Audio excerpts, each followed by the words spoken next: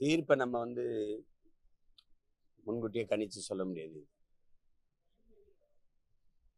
பாபர் மசூதிக்கு எப்படி தீர்ப்பு வரும்னே தெரியாம என்ன தீர்ப்பு வந்தாலும் அப்படி ஏற்க வேண்டும்னு சொன்னாங்கல்ல எல்லாரும், அது மாதிரி இதை சொல்லிட்டு இருக்க முடியாது.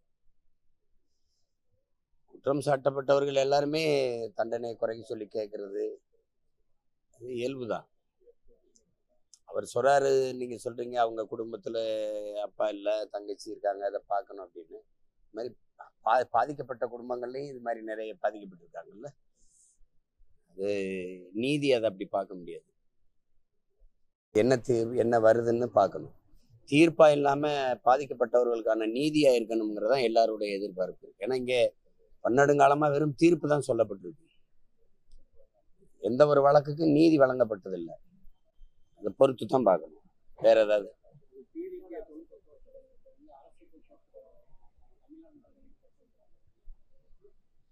அதை நாங்க தொடர்ச்சியா கேள்வி கேட்டுட்டு தான் இருக்கோம். அதுல என்ன இருக்கு? தமிழ்நாட்டு அரசு தானே அது, அதையே எடுக்கணும். எந்த அரசு அது? அதான் எந்த அரசு? அப்போ தமிழ்நாடு அரசு தானே. தமிழ்நாடு அரசு போக்குவரத்து தானே, அப்படித்தானே இருந்துச்சு. அதே அரசு போக்குவரத்துன்னு மாத்தணும். அதுதான் அந்த தமிழ்நாடுன்னு சொல்றதுக்கு அவ்வளவு அவமானமா இருக்கு அவங்களுக்கு. அதுல என்ன இருக்கு? அந்த 3 எழுத்து, அது தமிழ்நாடு அரசு. இந்த தமிழ்நாடுன்னு சேர்க்கறதுல என்ன இருக்கு? அது எடுக்கக்கூடாது, எழுதணும். அவ்வளவு வெறுப்பா இருக்குது. இது தமிழ்நாடுன்னு சொல்றதுக்கு, தமிழ்னு சொல்றதுக்கு அவ்வளவு வெறுப்பா இருக்கு. அரசுனா எந்த அரசுன்னு எடுத்துக்கிறது? கேரள அரசா, கர்நாடக அரசா?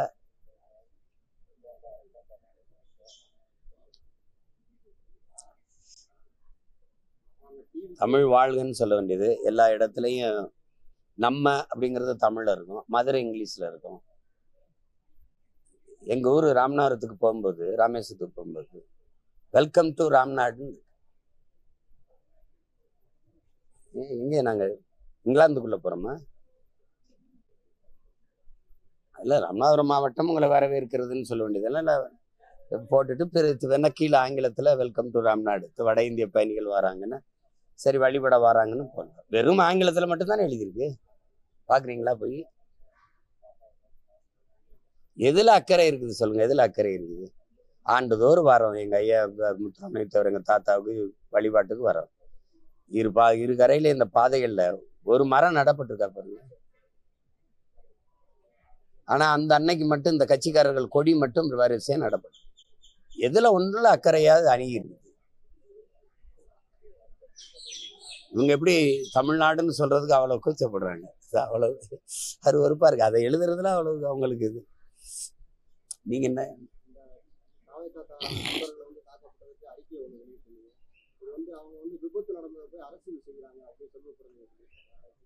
எது விபத்து?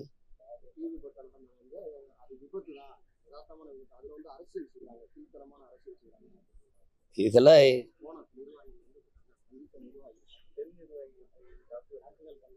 அவங்க போய் அதுல என்ன அரசியல் செய்ய? பாதிக்கப்பட்ட மக்களுக்கு உதவ போறதுல அரசியல் இருக்கு. எதுதான் அரசியல்னு சொல்ல வராங்க? என்னை பாருங்க, நீங்க தானே கேள்வி எழுப்பீங்க. எதுதான் அரசியல்?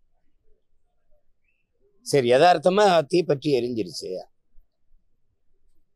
எரிஞ்சிருச்சு. உடனே போய் அதை அணைப்பதும், அதுக்கான பாதிக்கப்பட்ட மக்களுக்கு உரிய உதவியை செய்வதும், அதுலதான் காயம்பட்டிருந்தா அவங்களுக்கு உரிய மருத்துவத்தை கொடுக்க செய்வதும், அதெல்லாம் யாருடைய பொறுப்பு?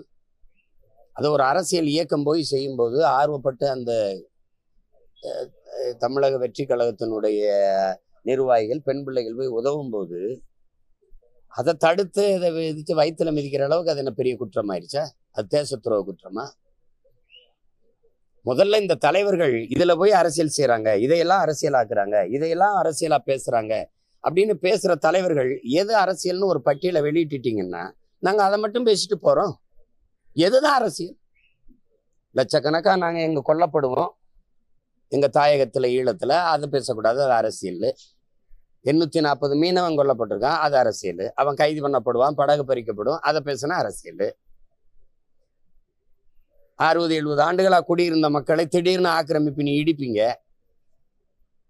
அப்ப கடற்கரையை ஆக்கிரமிச்சு கல்லறை கட்டியிருக்கீங்களா, அதை ஆக்கிரமிப்பான்னு கேட்டா இதெல்லாம் அரசியல் பேசுறீங்க. எது அரசியல்?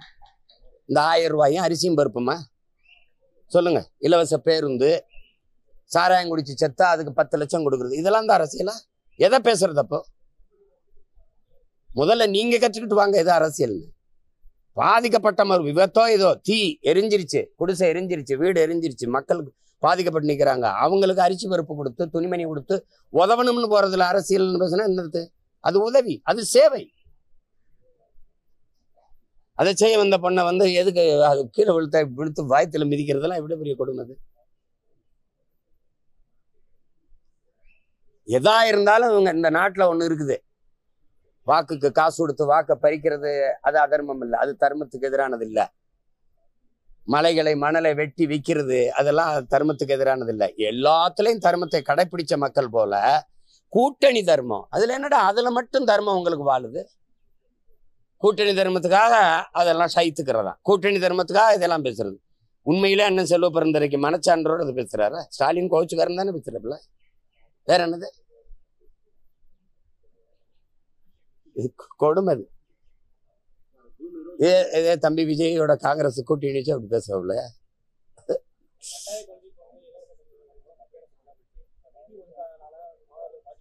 நீங்க அதுக்கு தான் போனீங்க, இருங்க போனீங்களா கேட்டு கையை பிடிச்சி இப்படி இப்படி அப்ப பேசி இந்த மாட்டு தரகர்கள் கை பிடிச்சி பேசுவாங்கல்ல, பார்த்திருக்கீங்களா? மாட்டு தரகர்கள் கை பிடிச்சி சிரிக்காதீங்க, துண்டை மேல போட்டு பிடிப்பாங்க, அப்படிதானே பேசிட்டு இருந்தீங்க. அப்ப இந்த நிதியை பத்தி பேசாம எதுக்கு போனீங்க? 3 நிதி ஆய்வு கூட்டத்துக்கு போகாத முதல்வர் இந்த வாட்டி போனவர், அதை இங்க மறுபடியும் பேசிட்டே இருக்கிறீங்க. உரிய எல்லா வரியும் கட்டிட்டு உரிய நிதியை தேவையான நேரத்தில் பேரிடர் காலத்தில் தேவையான நிதியை இப்போ பெற்றுக்கொள்ள முடியாது. எதுக்கு ஒரு அதிகாரம்? எதுக்கு ஒரு அதிகாரம்? ஒரு துணிவு ஆண்மை இருந்தா என்ன சொல்லியிருக்கணும்? எனக்கு உரிய நேரத்தில் வரியை தர மாட்டேங்கிற, நீதியை தர மாட்டேங்கிற, உனக்கு எதுக்கு என் மண்ணில் இருந்து வரி கட்டணும்னு சொல்ல முடியாதா? வெள்ளக்காரங்காலத்துல தான் வரி கூட இயக்கமா இவங்க ஆட்சியில சொல்ல முடியாதா? அப்படி மக்களுக்காக ஒரு முடிவெடுத்தா மொத்த நாடும் மக்கள் அவர் பின்னாடி நிக்காத சொல்லுவாரா? மறுபடியும் ஒரு ஈடி வரும், அவ்வளவுதானே. அப்புறம் ஓடி வாரேன் மோடின்னு போவீங்க, அவ்வளவுதானே. சபை இது ஒரு பேச்சு, வயிற்றுல வாயில அடிச்சுட்டு புலம்புறதுக்கு அதிகாரம் கொடுத்தது உங்களுக்கு. எங்களுக்கு நிதி தரல, நாங்க என்ன செய்யறது அப்படின்னு அதை நான் சொல்லலாம். இத்தனை கோடி மக்களின் பிரதிநிதித்துவப்பட்டு இவ்வளவு பெரிய அதிகாரத்தை வச்சுக்கிட்டு நாட்டின் முதலமைச்சராக இருந்துகிட்டு இதை பேசக்கூடாதுல்ல. எங்களுக்கு நிதி தரல, நாங்க என்ன செய்யறது அப்படின்னு. இந்த 1000 ரூபா கொடுக்கறதுக்கு இந்த இதுக்கெல்லாம் காசு கொடுக்கறதுக்கு எங்க இருந்து வருது? தொட்டதுக்கெல்லாம் நூலகம் அவங்க அப்பா பேர்ல கட்டுறதுக்கு, நினைவிடம் கட்டுறதுக்கு, சிலைகளை திறக்கிறதுக்கு, அதுக்கெல்லாம் பணம் எங்க இருந்து வருது? பரம்பரை சொத்தை வித்துட்டு வரீங்களா? பதில் இருக்கா? ஏதாவது நான் நல்ல ஒரு காரியத்துக்கு போயிட்டு இருக்கேன், ஏதாவது கெடுத்து விட்டுறாது. சொல்லுங்க, வேற ஏதாவது.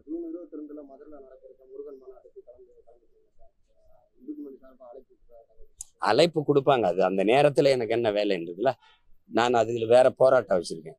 ஆடு மாடுகளினுடைய மாநாடு வச்சிருக்கேன் இதே மதுரையில், அதுல பங்கேற்பேன்.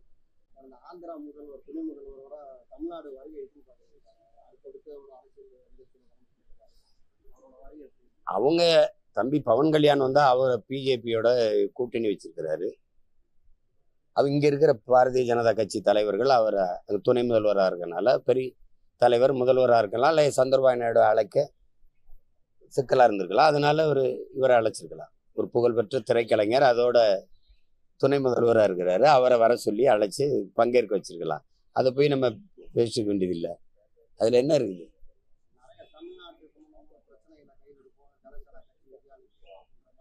பிரச்சனையே அவங்கதான். தமிழ்நாட்டுக்கு என்ன பிரச்சனை சொல்லுங்க, சொல்லுங்க, ஒரு தடவை பேசி முடிவெடு. ஒரு கேள்வி, தமிழ்நாட்டுக்கு இருக்கிற பிரச்சனைகளுக்கெல்லாம் காரணம் யாரும் முதல்ல முடிவெடு. தினந்தோறும் பல ஆயிரக்கணக்கான பிரச்சனைகளை இந்த மாநிலத்தின் முதலமைச்சர், தம்பி என்னை கேளுங்க, சட்டசபைக்குள்ள 1 லட்சம் 3 ஆண்டுகள்ல 1 லட்சம் போராட்டங்களுக்கு அனுமதி கொடுத்துருக்கிறோம்னு சொல்லியிருக்காரா இல்லையா? ஆமாவா இல்லையா சொல்லுங்க, சொல்லியிருக்காருல்ல. அப்ப 1 லட்சம் போராட்டங்களை மக்களுக்குள்ள திணிச்சது யார்? அந்த பிரச்சனைகளை கையளித்தது யார்? 1 லட்சம் போராட்டங்களை நாங்க அனுமதி கொடுத்துருக்கோம்னு சொல்றதுல பெருமையா கேவலமா சிறுமையா? 1 லட்சம் பிரச்சனை 3 ஆண்டுகள்ல மக்களுக்கு கொடுத்துட்டு அது நல்லாட்சின்னு சொல்றது வெக்கமா இல்ல உங்களுக்கு? எல்லா பிரச்சனைகளையும் தீர்த்திருக்கோம்னு சொல்லணும். 1 லட்சம் பிரச்சனைக்கு போராட விட்டுருக்கோம்னா அதுல எந்த போராட்டத்தை விட்டீங்க?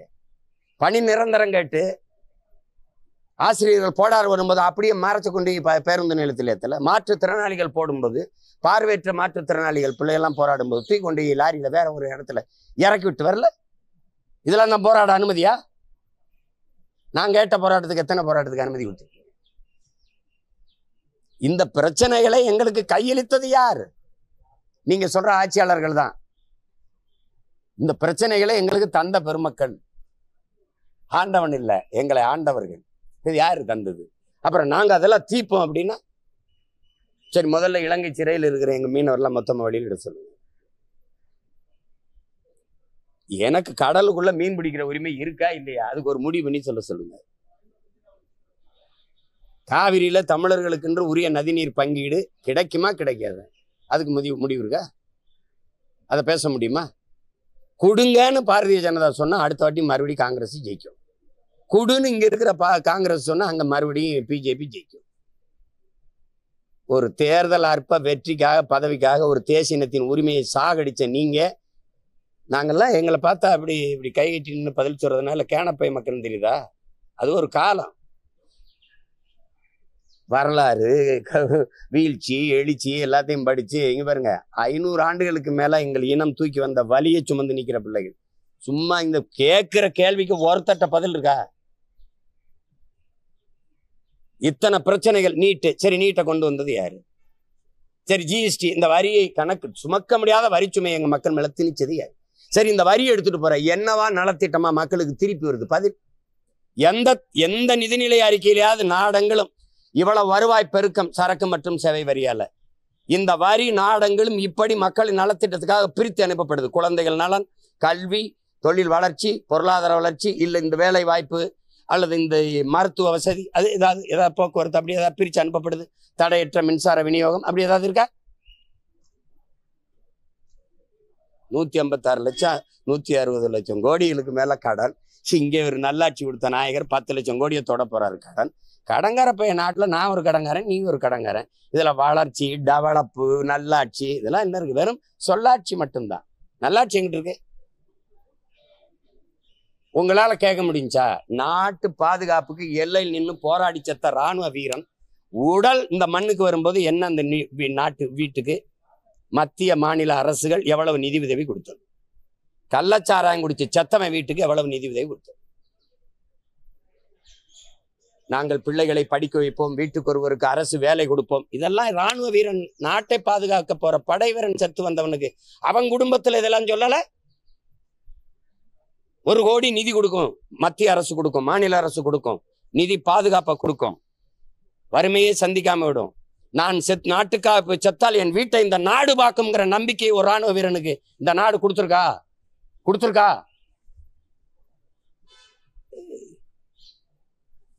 கால கொடுமை. வேற எதுவும் கேள்வி வச்சிருக்கீங்களா இல்லையா?